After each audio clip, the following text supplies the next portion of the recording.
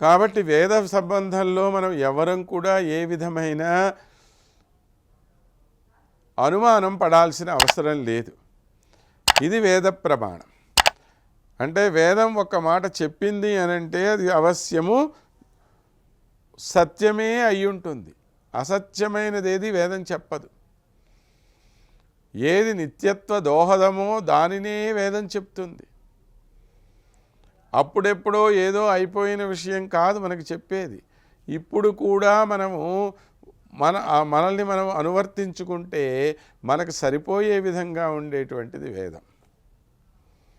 అందుకే వేదం నిత్యనూతనం. కొన్ని వేల సంవత్సరాల క్రితమే వేదం చెప్పబడి ఉంది. కానీ ఈనాటికి కూడా మనకి వేదమే ప్రమాణం అవుతున్నది అనంటే దానికి కారణం ఏమిటి అనంటే వేదంలో ఉండేటువంటి ఈ గొప్పదనమే. మరి వేదానికి ఇంకేమిటంటే ప్రమాణము? ఏమీ లేదు. స్వతః ప్రమాణమైంది వేదం. వేదంలో ఫలానా విషయం ఇదిగో ఈ విధంగా చెప్పారు.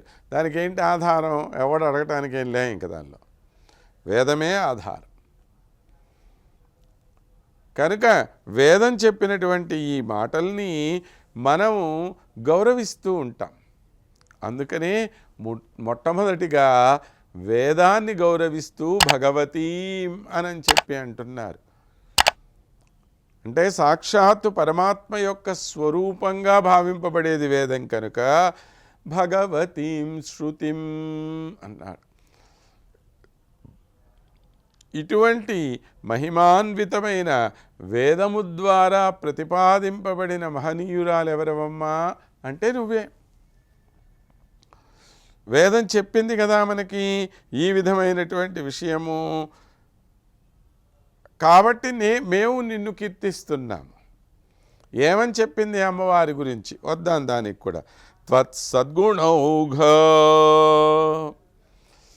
ఏమి అనంటే నీ ప్రపంచంలో ఉండేటువంటి మంచి గుణాలు ఏవైతే ఉన్నాయో అవన్నీ నిన్ను ఆశ్రయించి ఉండాలి అని చెప్పి తహతహలాడుతూ ఉన్నాయట. సాధారణంగా ఎలా ఉంటుందంటే ఏవైతే మంచి గుణాలు ఏ వ్యక్తిలో ఉంటాయో ఆ వ్యక్తిని మంచి అని మనం అంటాం. ఒక క్షమ,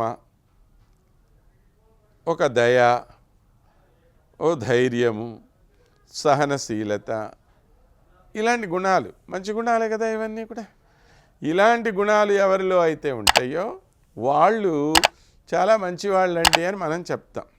సాధారణంగా అదే కదా విషయము. కానీ లక్ష్మీదేవి విషయంలో అలా కాదుట. ఈ గుణాలన్నీ పోటీ పడుతూ ఉన్నాయి. ఏమని?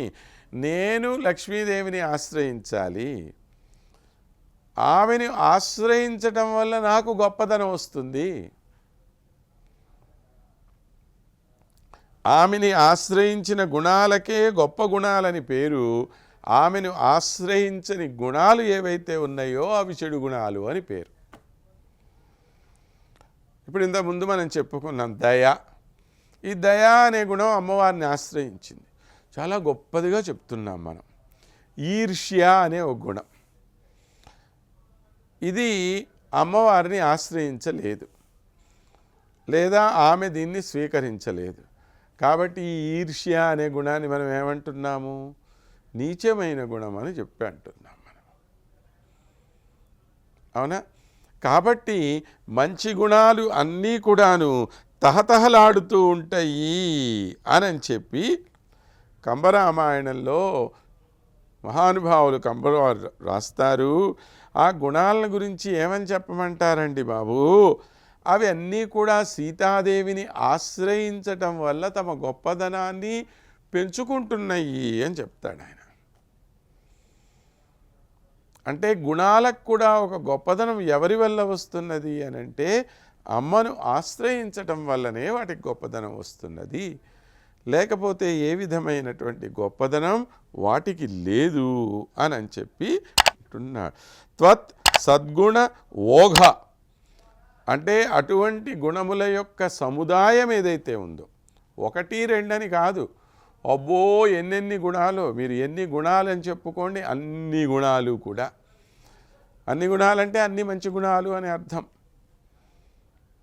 అన్ని మంచి గుణాలంతా కూడా ఎవరి వద్దన ఉన్నాయి అనంటే ఇదిగో ఈ లక్ష్మీదేవి వద్దనే ఉన్నాయి. మణికోశ గృహం, ఇక్కడ ఒక అద్భుతమైనటువంటి మణికోశ గృహం అంటే ఏమంటాం దాన్ని, ఒక ట్రెజరీ, ఒక ధనాగారం, ఒక బొక్కసం. ఈ బొక్కసంలోనే అన్ని రకాలైన గొప్ప గొప్ప గుణాలన్నీ వచ్చి దాగి ఉన్నాయి. అవన్నీ కూడా ఉన్నందువలన దాన్ని ఏమంటున్నాం మనం, ఇటువంటి గుణాల యొక్క రత్నములతోటి, గుణములనబడే రత్నములతోటి నిండి ఉన్నటువంటి కోశం అది అంటున్నాం మనం. ఆ ధనాగారం అంటే మనకి పరాశర భట్టరు వారు ఏ శ్రీ గుణరత్న కోశం అనేటువంటి అద్భుతమైన గ్రంథాన్ని అనుగ్రహించారో ఆ పేరే మనకి ఇక్కడ కూడా కనపడుతున్నది. శ్రీ అంటే లక్ష్మీదేవి యొక్క గుణములు. ఆ గుణములు ఎటువంటివి? రత్నముల వంటి గుణాలు.